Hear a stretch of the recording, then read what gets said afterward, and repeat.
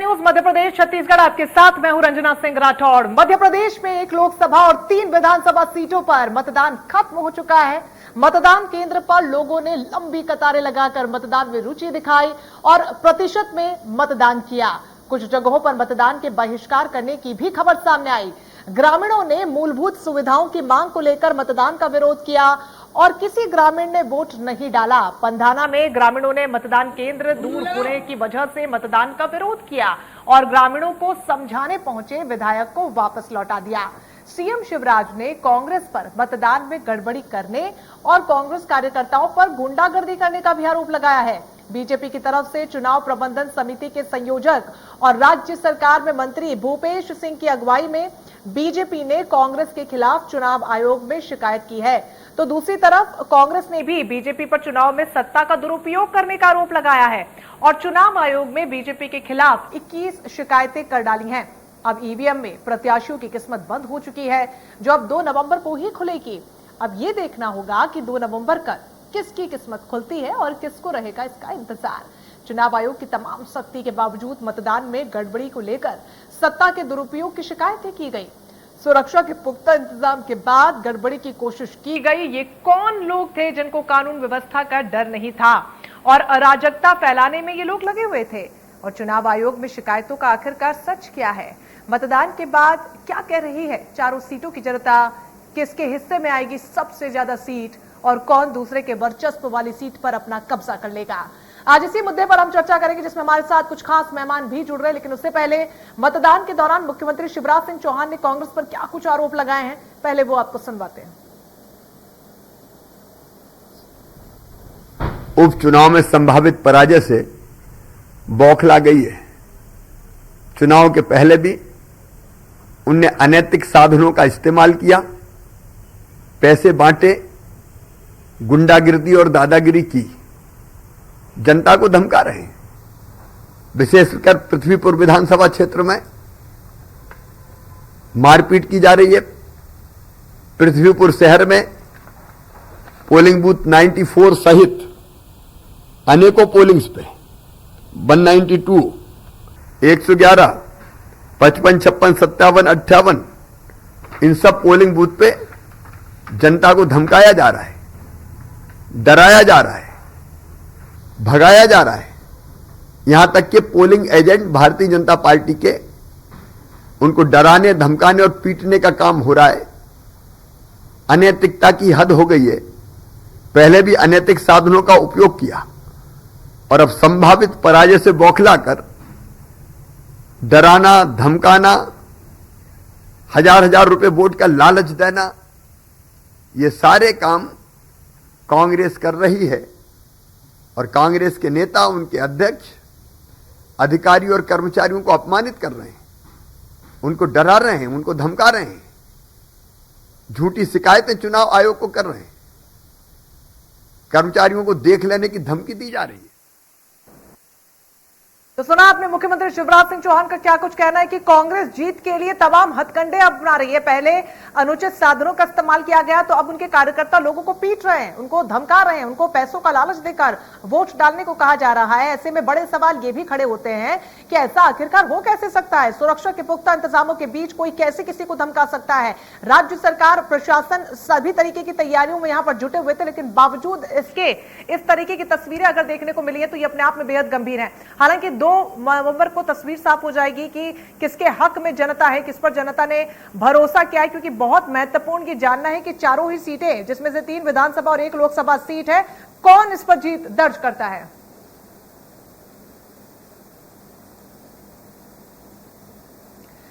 चलिए चर्चा की शुरुआत करेंगे। खास मेहमान हमारे साथ जुड़ रहे हैं। भारतीय जनता पार्टी की तरफ से प्रवक्ता नेहा बग्गा जी हमारे साथ जुड़ रही हैं, तो वहीं डॉक्टर अनिमुल खान सूरी जी हमारे साथ जुड़ रहे हैं कांग्रेस की तरफ से। बहुत स्वागत है आप दोनों का इस चर्चा का हिस्सा बनने के लिए। देखिए, उपचुनावों का रण हम कह रहे हैं, इसे बहुत ज्यादा जरूरी है कि इस जंग में फतह किसकी हुई है जानना, लेकिन उसके लिए 2 नवंबर का इंतजार करना होगा। लेकिन नेहा बग्गा जी, बीजेपी साफ ये कह रही है कि हम ही जीत रहे हैं। देखिए, ये तो बिल्कुल साफ है कि भारतीय जनता पार्टी चारों सीटों पर जीत रही है। अब इसका कारण ये है कि भारतीय जनता पार्टी के कार्यकर्ता, भारतीय जनता पार्टी के नेता आदरणीय शिवराज सिंह चौहान जी या फिर भारतीय जनता पार्टी के प्रदेश अध्यक्ष हाँ। लगातार जनता के संपर्क में रहते हैं और यही कारण है कि भारतीय जनता पार्टी जो है वो लाइव ऑर्गेनाइजेशन कहलाती है। भारतीय जनता पार्टी का बूथ मंडल स्तर का पन्ना स्तर का कार्यकर्ता जो है वो सरकार की योजनाओं को और संगठन के विचार को सतत रूप से जनता के बीच में लेकर जाता है। हाँ। तभी आपने देखा कि एक तरफ मुख्यमंत्री जी अगर 37 सभाएं करते हैं, 16 नुक्कड़ सभाएं करते हैं और 5 जगह अलग अलग लोगों के यहाँ पर रात्रि विश्राम करते हैं, तो वहीं पर कमलनाथ जी एक बार पृथ्वीपुर जाते हैं, एक बार जोबट जाते हैं, 2 बार रैगांव जाते हैं और 6 उनके दौरे जो होते हैं, 6 सभाएं जो उनकी होती हैं वो खंडवा में होती हैं। जबकि खंडवा मात्र एक अकेली लोकसभा है जिसके अंदर 8 अलग अलग विधानसभाएं हैं। और इतना बड़ा टोटा जो हमें दिखा कांग्रेस पार्टी के अंदर पूरे चुनाव के अंदर, तो जनता की भावना क्या निकल के आ रही थी कि गायब कमलनाथ है, कांग्रेस अनाथ है। और इसमें कुछ नया तो है नहीं, क्योंकि अजय सिंह जी के आपने बयान पिछले दिनों सुने थे जिस प्रकार की सिर्फ टवल चल रही है। अरुण यादव जी ने तो कह दिया फसल मैं बोता हूं, काट के कोई ले जाता है। और दिग्विजय सिंह जी तो स्वयं स्वीकार कर चुके हैं कि जब जब मैं जाता हूं तब तक कांग्रेस पार्टी के वोट कट जाते हैं। हालांकि दिग्विजय सिंह जी के कम प्रचार करने की वजह से मुझे लगता है कि भारतीय जनता पार्टी के वोट परसेंटेज में भी थोड़ी सी कमी आएगी, क्योंकि वो जब जब निकलते हैं तो निश्चित ही भारतीय जनता पार्टी को इसका फायदा पहुंचता है। और सबसे महत्वपूर्ण बात यह है कि जिस तरीके से माननीय मुख्यमंत्री शिवराज सिंह चौहान जी के द्वारा लगातार जनहितैषी योजनाएं लाई गई हैं और कोरोना पैंडेमिक में जिस तरीके से आदरणीय प्रधानमंत्री मोदी जी के एक विजन के साथ में मुफ्त में जो प्रत्येक नागरिक को वैक्सीन उपलब्ध कराई गई है, तो आज हम सब जानते हैं कि इसकी तारीफ इतने बड़ा देश होने के बावजूद पूरा विश्व कर रहा है। और लगातार चाहे किसानों के लिए किसानों की कर्ज माफी की बात कहकर कमलनाथ जी ने धोखा दिया हो, या उनके 2100 करोड़ रुपए का प्रीमियम ना भर के किसानों को ठगा हो, या फिर आपको याद होगा कि पीले नीले हरे फॉर्म में किसानों को झुला के रख दिया था। आप देखिए कि ये लोग कितना ड्रामेटिक तरीके से एक फोटो अपॉर्चुनिटी के लिए प्रियंका गांधी मध्य प्रदेश आती हैं, टेम्पल रन करती हैं और उनके भाई साहब कहते हैं कि मंदिर में तो लोग लड़कियां छेड़ने जाते हैं। अब प्रियंका गांधी जी क्यों आई मुझे पता नहीं, पर हो सकता है कि वापस जाने के बाद उन्होंने राहुल गांधी जी को समझाया होगा कि जो उनकी विचारधारा है उसमें तब्दीली की आवश्यकता है। और वही प्रियंका गांधी हैं जो उत्तर प्रदेश में ना 2 में है ना 12 में है, उसमें आप देखिए कि वहां पर वो 40% महिलाओं की रिजर्वेशन की बात करती हैं। और मध्य प्रदेश का उनका एक विधायक का लड़का करण मोरवाल कांग्रेस पार्टी की नेत्री का रेप करता है, पर प्रियंका गांधी से जब उसी प्रेस कॉन्फ्रेंस में पूछा जाता है तो प्रियंका गांधी चुप्पी साध देती है। मध्य प्रदेश के अंदर जिस तरीके से युवाओं के साथ छल ठगी की है, 4000 रुपए बेरोजगारी भत्ते की, ये सब जो है वो जनता के सामने क्लियर है कि किसने सरकार विकास के काम किए और किसने आते ही भ्रष्टाचार लूट ट्रांसफर उद्योग की सरकार चलाई। बहुत ज्यादा महत्वपूर्ण ये जानना कि जनता इन तमाम बयानबाजी के अलावा किस चीज पर भरोसा करती है। खान साहब, चुनाव जीत रहे हैं क्या सर आप? नेहा बग्गा जी ने मुद्दा विहीन बातों पे पूरी तरह से बात की। भारतीय जनता पार्टी के पास मुद्दे ही नहीं है। आप उपचुनावों में उतर रहे हैं, आप अपने विकास कार्यों को लेकर उतर रही है। लोकसभा का उपचुनाव है, केंद्र सरकार ने किस तरह से कार्य किया, किस तरह से डबल इंजन की सरकार चाहे मोदी जी की हो या शिवराज जी की मध्य प्रदेश में फेल हुई है। किसान का हाहाकार है, खाद को लेकर समस्याएं, बिजली का हाहाकार है, पेट्रोल डीजल महंगाई, तेल, रसोई गैस, हर चीज का हाहाकार मचा हुआ। मध्यम वर्ग, निम्न वर्ग और उच्च वर्ग हर तरह प्रताड़ित है। और जिस तरह की बातें नेहा बग्गा जी ने की है कि कोई योजना ही नहीं है, कोई चीजें ही नहीं है जनता के बीच में, और चुनाव भी उसी तरह से रहा। खान साहब, मैंने पूछा क्या चुनाव आप जीत रहे हैं, क्योंकि तमाम तरीके की परेशानियां जो आप गिनवा रहे हैं वो बीजेपी के राज्य में हो रही है। ऐसे में आपके हिसाब से तो आप चुनाव जीत रहे हैं। मेरा जवाब आ रहा, आपके सवाल का ही जवाब दे रहा हूं कि जिस तरह की बातें हो रही हैं, निश्चित तौर पे जनता और कांग्रेस के कार्यकर्ता ने ठान लिया था कि जनता की लड़ाई जिस तरह से कांग्रेस पार्टी लड़ती आई है और जनता का जो आशीर्वाद इस चुनाव में कांग्रेस पार्टी को मिला है, हम 4 सीटें जीत रहे हैं, 2 सीटें हम गेन कर रहे हैं, एक विधानसभा की सीट गेन कर रहे हैं और एक मुख्यमंत्री शिवराज सिंह चौहान का कहना है कि किस तरीके से आप जीत रहे हैं, धमका के लोगों को पैसे का लालच देकर, क्या इसमें सच्चाई है? देखिए, उल्टा चोर कोतवाल को डांटे वाली बात है शिवराज सिंह चौहान साहब की। जब कल से वीडियो वायरल हो रहे कि पृथ्वीपुर में किस तरह से कांग्रेस के लोगों को वोट डालने से रोका जा रहा है। आज भी कई बूथों के चीजें सामने आई, वीडियो सामने आए, संज्ञान है, आपके चैनल ने चलाई दोपहर 2 बजे कि किस तरह से एक वर्ग विशेष के लोग रोक रहे थे कि यहाँ वोट नहीं डाला जाए। आपके चैनल पे ही मैंने 2 बजे देखा है। तो ये आपके सामने भारतीय जनता पार्टी शासन और प्रशासन का पूरा जोर लगा के धन बल बाहुबल से चुनाव जीतने का प्रयास कर रही है, पर जनता ने जिस मुट्ठी से इस शिवराज सिंह की सरकार को, नरेंद्र मोदी जी की सरकार को जवाब देने का ठाना है। आप देखिएगा ऐतिहासिक कांग्रेस के चारों सीटों पर कांग्रेस के प्रत्याशी जीतने जा रहे हैं। और एक मिनट, ये बीच में ना बोले नेहा जी मेरी बात कंप्लीट नहीं हुई है, मुझे कंप्लीट करने दीजिए। जल्दी से अब बहुत अच्छी बातें की कांग्रेस ने, ये किया। आपके मैनिफेस्टो में था कि आप एलपीजी पे 100 रुपए की सब्सिडी देंगे, आपने अभी तक क्यों 100 रुपए की सब्सिडी नहीं दी?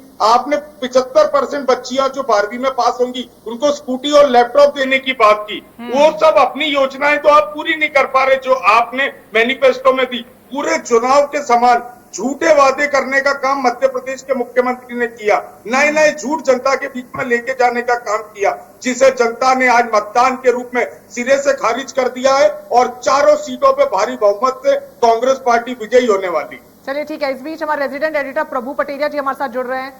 प्रभु जी, यहाँ पर जिस तरीके से उपचुनावों का रण देखने को मिला है, आरोप प्रत्यारोप शुरू हो गए हैं, जो कि बहुत स्वाभाविक भी है, लेकिन जो समीकरण बन रहे हैं किस तरीके की तस्वीर को बदलते हुए 2 नवंबर के बाद आप देख रहे हैं? देखिए, जो अभी जो तक जो मतदान का जो अभी तक के जो आंकड़े आए हैं वो ये बता रहे हैं कि पृथ्वीपुर में पिछली बार से ज्यादा मतदान हुआ है। और जिस तरीके से भारतीय जनता पार्टी के जो चुनाव संचालक है भूपेंद्र सिंह को सुबह कह रहे थे कि ज्यादा पोलिंग यदि होती है तो भारतीय जनता पार्टी के पक्ष में जाएगी, ये उनका एक दावा अपनी जगह हो सकता है।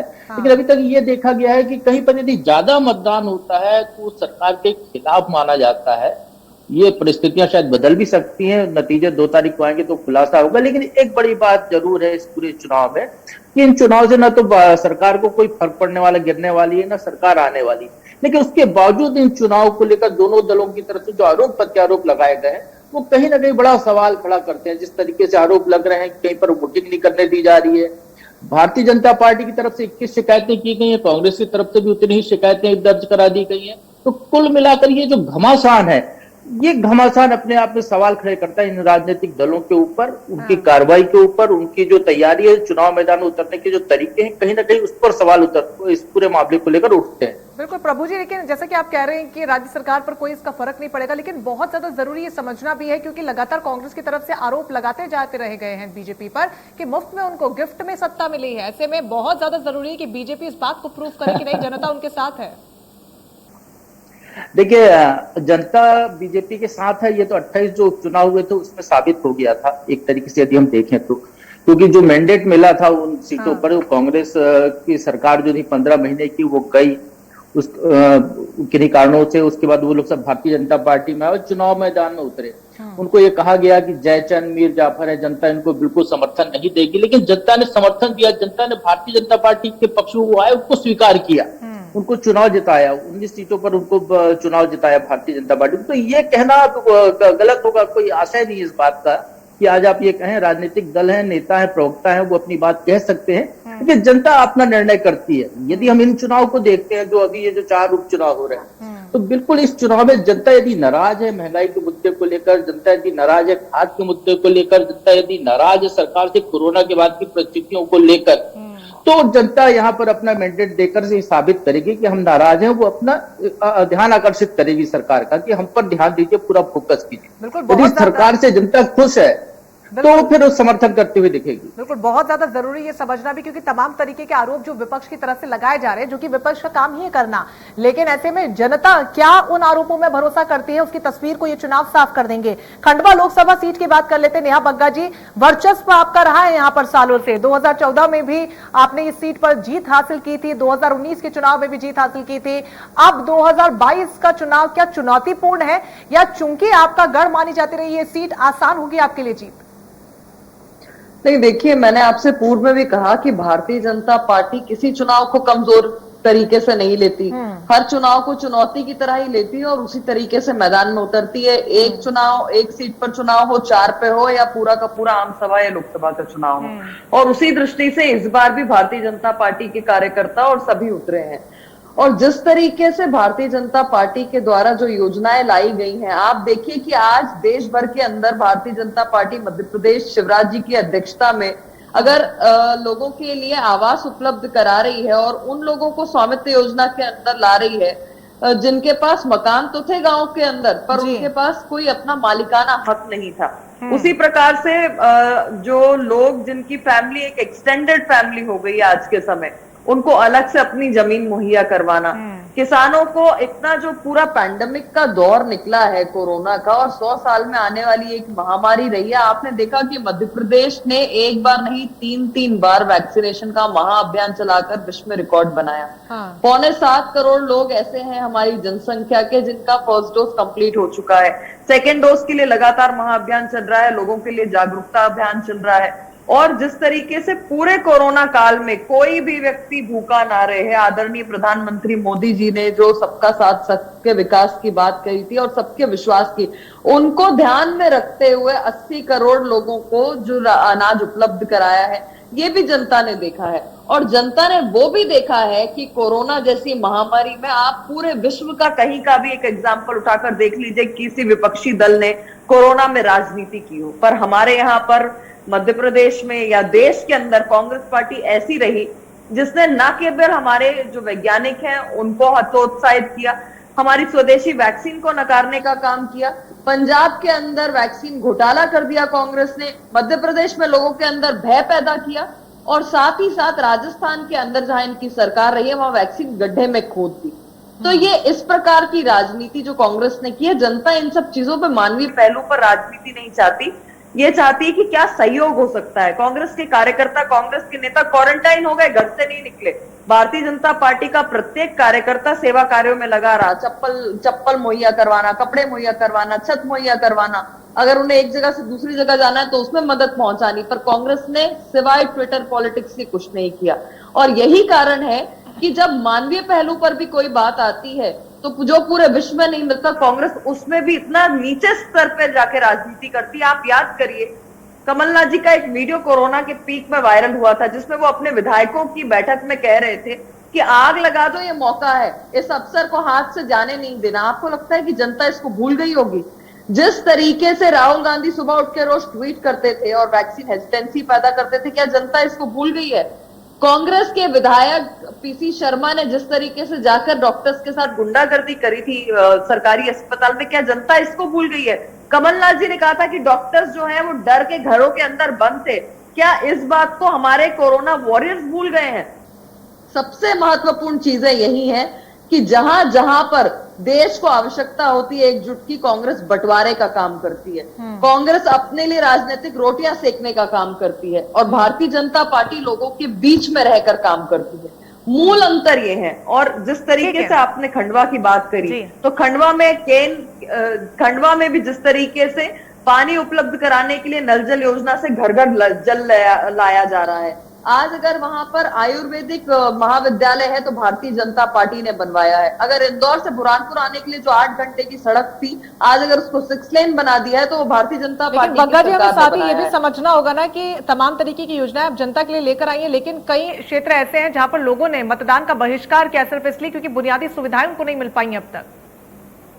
नहीं, मैं बिल्कुल इस बात को स्वीकार करती हूँ, क्योंकि डेवलपमेंट एक कंटिन्यूअस प्रोसेस है। डेवलपमेंट में आप ये नहीं कह सकते कि आज हमने जो कर दिया है बस वो पर्याप्त है, अब इसके आगे कुछ नहीं होना है। कई ऐसे पहलू हो सकते हैं जिसपे काम करने की आवश्यकता है। कई ऐसे, मैंने भी आपके चैनल्स पे बाइट सुनी जब जनता से उनका रुझान मांगे जा रहे थे, बग्गा जी, उन्होंने बताया है कि आने वाले समय में कम से कम जो लोग फिलहाल असंतुष्ट नजर आए हैं वो संतुष्ट हो और बढ़ चढ़कर आने वाले विधानसभा चुनावों में कम से कम अपनी भागीदारी को सुनिश्चित करवाएं।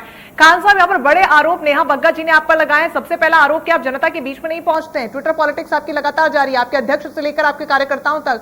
कितनी बड़ी लूप होल की तरह आप इसे देख रहे हैं? या फिर क्योंकि पृथ्वीपुर की अगर हम बात करें तो 2013 में यहां पर बीजेपी की जीत हुई थी, 2018 में कांग्रेस जीती थी, अब 2022 में क्या दोबारा कांग्रेस उसी कारनामे को दोहरा पाएगी? उस पर बड़ा प्रश्न चिन्ह लगा हुआ है। देखिए रचना जी, मेरे हिसाब से भारतीय जनता पार्टी की प्रवक्ता कभी बुरहानपुर गई नहीं है। इंदौर से बुरहानपुर कौन सा 6 लेन बन गया, किनके सपनों में 6 लेन बन गया है, जरा बताने का कार्य करें। कौन सा 6 लेन बना दिया भारतीय जनता पार्टी ने? हम तो बुरहानपुर होके आए, जाते इंदौर रहते हैं, तो क्यों झूठ बोलना? जानकारी नहीं है तो उन विषय पे बार बार बात क्यों करना? आज खंडवा लोकसभा में बात की तो वहां के हैंडलूम इंडस्ट्री, सूती इंडस्ट्री बंद है। जितने प्लांट है, जितना पावर जनरेशन के प्लांट है, वो सारे बंद पड़े हुए। कब से बंद पड़े हुए जानकारी है? सिंगाजी प्लांट की क्या स्थिति है, कहां क्या स्थिति है, किस तरह से बेरोजगारी का आलम है। और शिवराज जी ने क्या किया है, ये अभी हमें इन्फेंट मोर्टेलिटी रेट जब जारी हुआ कि मध्य प्रदेश सूडान से भी गया बीता है। सूडान जो अफ्रीका का एक देश जो सबसे ज्यादा पिछड़ा हुआ है, उससे भी मध्य प्रदेश पीछे है। दिखा शिवराज जी ने क्या किया। कुपोषण में मध्य प्रदेश की क्या स्थिति है मालूम है, महिला अत्याचार में क्या स्थिति है मालूम है, आदिवासियों पे जो अत्याचार हो रहा है उसमें चर्चा का मंच है, नंबर कहां 1 पर है। क्या स्थिति? मेरा सवाल ये नहीं था, मेरा सवाल ये था कि पृथ्वीपुर सीट पर फिलहाल आपकी स्थिति क्या है। हालांकि दोबारा से मैं सवाल आपसे लूंगी, उम्मीद है कि आप इसका जवाब जरूर देंगे, लेकिन उससे पहले प्रभु जी का मैं रुख करना चाहूंगी। प्रभु पटेरिया, जिस तरीके से प्रशासन के तमाम सुरक्षा के इंतजामों के बावजूद कई तरीके की एक्टिविटीज की खबरें सामने आई, जहां पर आरोप लगातार लगाए जा रहे हैं कि किसी भी पार्टी, खासतौर पर बीजेपी ने कहा, मुख्यमंत्री जी उतना समय नहीं दे रही है जितना भाजपा के नहीं प्रवक्ता सर, को बिल्कुल आपने दूंगी, समय बिल्कुल दिया। दूंगी सर। आप ब्रेक मुझे का वक्त बिल्कुल हो रहा है समय सर, नहीं ब्रेक दे का रही। वक्त हो रहा है, इसलिए एक बहुत महत्वपूर्ण सवाल ले लूं मैं रेजिडेंट एडिटर से हमारे। आप ही को समय दूंगी ब्रेक के बाद, आप चिंता मत कीजिए। यहाँ पर पूरी ईमानदारी के साथ मैं इस चर्चा को आगे बढ़ाना चाहती हूँ, इसलिए मैंने कहा कि भाषण का मंच नहीं है। प्रभु पटेरिया जी, प्रशासन के बड़े लूप होल की तरह से आप देख रहे हैं जिस तरीके की गतिविधियां मतदान केंद्रों पर देखने को मिली है, क्योंकि हर बार इस तरीके की एक्टिविटीज देखने को मिलती है, बावजूद इसके पूरी लोकतांत्रिक तरीके से यहाँ पर मतदानों को संपन्न करवाना एक बड़ी चुनौती, क्या अभी भी आप इसे समझ रहे हैं?